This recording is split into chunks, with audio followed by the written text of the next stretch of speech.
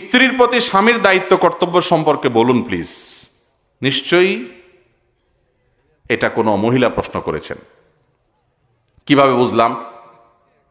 কারণ উনি জানতে চাইছেন স্ত্রীর প্রতি স্বামীর কর্তব্য, হয়তো স্বামী এখানে আছে, এটারে সাইজ করা দরকার। অতএব হুজুর একটু বলেন তাকে যে আমার অধিকারগুলো কি কি, একটু বুঝাই দেন না এটাকে। ভালো, এটা দোষের কিচ্ছু না। মুশকিল হলো যদি এই প্রশ্ন, হয়তো বা কোনো পুরুষও দিতে পারেন, এটা আমি ধারণা করছি, এই প্রশ্ন যদি ধরেন একজন পুরুষ লেখেন, তখন উনি লিখবেন স্বামীর প্রতি স্ত্রীর দায়িত্ব কর্তব্য কি হুজুর একটু বলেন। আমরা সবাই অধিকার সচেতন, কর্তব্য সচেতন না। অথচ ইমানদার অধিকার সচেতন হতে পারে, তার চাইতে কর্তব্য সচেতন বেশি হবে। আমার অধিকার আমার স্বামী আদায় করছেন না, আমার অধিকার আমার স্ত্রী আদায় করছেন না, তিনি আল্লাহর কাছে পাপিষ্ঠ হবেন, অপরাধী হবেন। বাট আমার দায়িত্ব হলো আমার কর্তব্যগুলো আমি ঠিকমতো পালন করছি কিনা।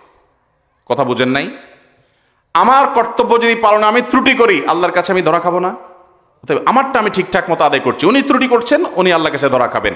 আমার সাময়িক একটু অসুবিধা হচ্ছে, কিন্তু আমার কোনো লস আখেরাতে হবে না। এটা হলো ইমানদারের থিঙ্কিং এবং চিন্তা ভাবনা। যাই হোক, যেহেতু প্রশ্ন আসছে, যিনিই করেন, মহিলা করুক আর পুরুষ করুক, আমরা সাধারণত হাদিস বলার সময় সবাই যার যার পক্ষের হাদিসটা খুঁজি। আমাকে অনেক স্বামী বলে, হুজুর আপনার অনেক বক্তব্যের লিঙ্ক আমাদের বউরা আমাদেরকে পাঠায় এবং মেনশন করে, বলো দেখো মাইন্ড ইট, শুনো কি বলছে হুজুর। তো আমরা আবার এরকম খুঁজে বেড়ান লাগে যে কোথায় আপনি তাদের সম্পর্কে বলছেন, সেগুলো বাইর করা লাগে। অনেক সময় আমার দোষ দেয়, হুজুর আপনি এই পক্ষে একটু বেশি বলে ফেলছেন। তো আমি তো এত মাপজব করে বলি না ভাই। এখন খুঁজে খুঁজে মহিলারা তাদের বক্তব্যগুলো আপনারা শোনায়, হাদিস শোনায়।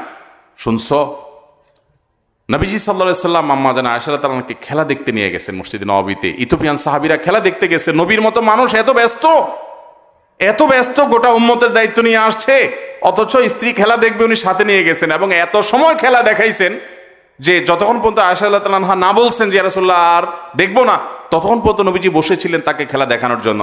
তার তো খেলা দেখার মতো টাইম নেই।